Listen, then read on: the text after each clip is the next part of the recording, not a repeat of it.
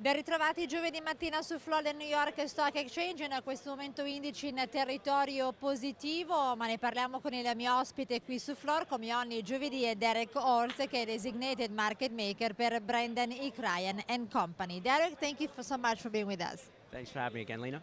So Derek, we are basically at the same technical level that we were considering last week. We had like a week down, as we know, and today we are trying to recuperate a little bit. The latest economic figures seems to just confirm that the Federal Reserve might continue with its stimulus program. Yeah, this morning we had initial jobless claims come in that were higher than expected. That's one that kind of put a boost to the market.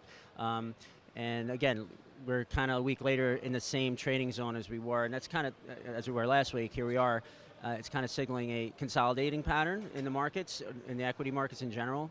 Talking about the SPX here, the S&P, at that 1647 level basically is where we're looking at, 1647.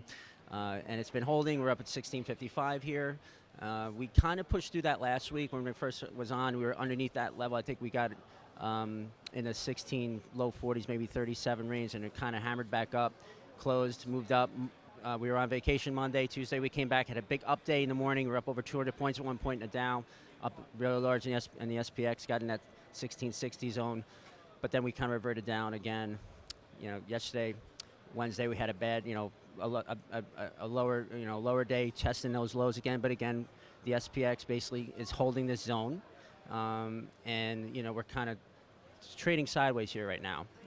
So we're kind of like it's basically taking a pause, consolidating, taking all that economic data that's coming out, and it's really not one way or another changing things. As here we are a week later, it's just consolidating this move we've had.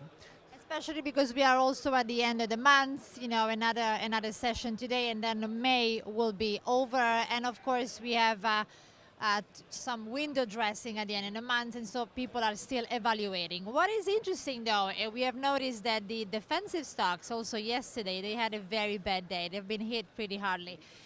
Utilities and other stocks that have high dividends are just being sold, probably also on expectations of higher rates, of course, in the futures.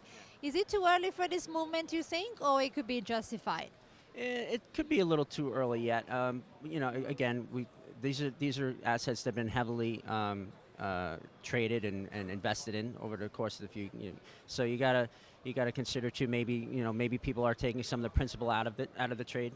Just waiting to see what happens here, especially if the market had this good run and all these good dividend trading stocks will be tied together. Everything kind of trades together, and if the market is getting to the zone up here where, maybe we're getting at the end of a consolidating move here, maybe even at the end of this run where we could have some deeper pullbacks. Why not take some of that money off the table and kind of take a wait and see, what's going to happen here.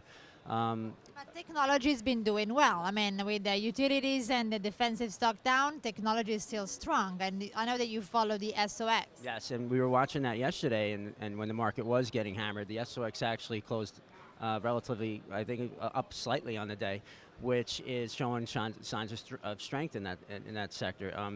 We're at levels in the SOX at the 472, 471 range where we were when the Dow was trading in the 15,500 and change, basically at that top end.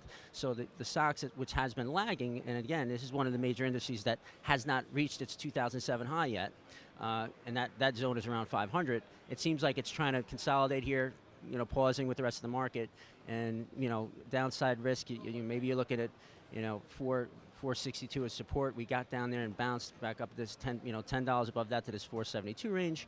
And technically we're holding that zone, and we could have that push back up to that '07 high and maybe test that zone.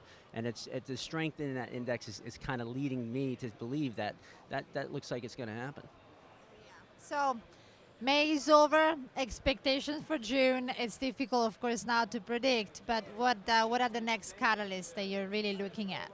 Well, right now on the SPX, on a technical inside of it, is the consolidating pattern that we are putting in. It seems to be, right now, it almost looks like a triangle pattern, where you can use a measured move. If the basically resistance to that top of that channel is about 1665.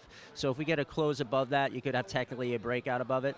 It's hard to determine and predict what patterns are going to be, especially when you're in the midst of one, because sometimes it could be a triangle, then all of a sudden, oh, it turns into a zigzag and it goes much lower. You know, you have to watch both ends of it. But you know, the measured move, if it does break about of the upside, is around 1690. You know, maybe things get a little better, and that'll cause more of that sell off in the bonds, and that, you know, you'll have that asset reallocation. Maybe some, you know, fund managers are going to start getting out of the, you know, selling off bonds, buying equities, continuing to chase that growth and try to, you know, catch this market ride that's been going on. Lower end wise, if we don't get above that triangle range, and we do have some sort of bigger correction in the market, you know, I'm looking at that 1625 level in the SPX still. That's at the bottom of a channel right now, where, you know, I want to see what happens when prices get there. And like we said, we talked about this breakout above that 1590, 1580 range, if you want to call it 1600, where that was the 2000 high and the 2007 high, and we're above that level. We have all this time support. You know, a good rule of thumb is when something is broken, you know, once something was resistance, eventually becomes support on a back test.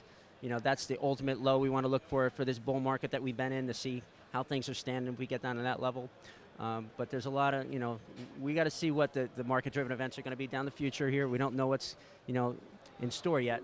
But like we said in the beginning of this segment, you know, it seems like the Fed's going to be here a little bit more. They're kind of talking, you know, they're going to, you know, have plans of maybe cutting back, but, you know, that's speculation until it happens. You know, eventually we do all know it's going to happen, but, you know, when it does, that could be a good sign too. It's not necessarily negative. That shows that the economy is actually, you know, picking up again. The Fed doesn't have to keep it in check. And thanks to speculation, the market maybe has time to adjust as well. So the fall cannot be as you know, strong as some people are fearing. And as you were saying, probably the market will adjust and it will start trading on fundamentals and not on liquidity. Yes, that's true. And, you know, once we get, again, that's where I always enjoy, and I try to figure out where these levels of support are, you know, and, you know, anticipating the, you know, market-driven events or the economic news that comes out, and see what happens when, you know, let's backtest these price ranges and see what happens when they get there. That's basically the best way of doing it for me. To navigate in this market. Yes, yeah, absolutely. You need that. Yeah. Thank you very much, Derek, for being with us. Thank you for having me again. E grazie a voi per l'attenzione e a domani.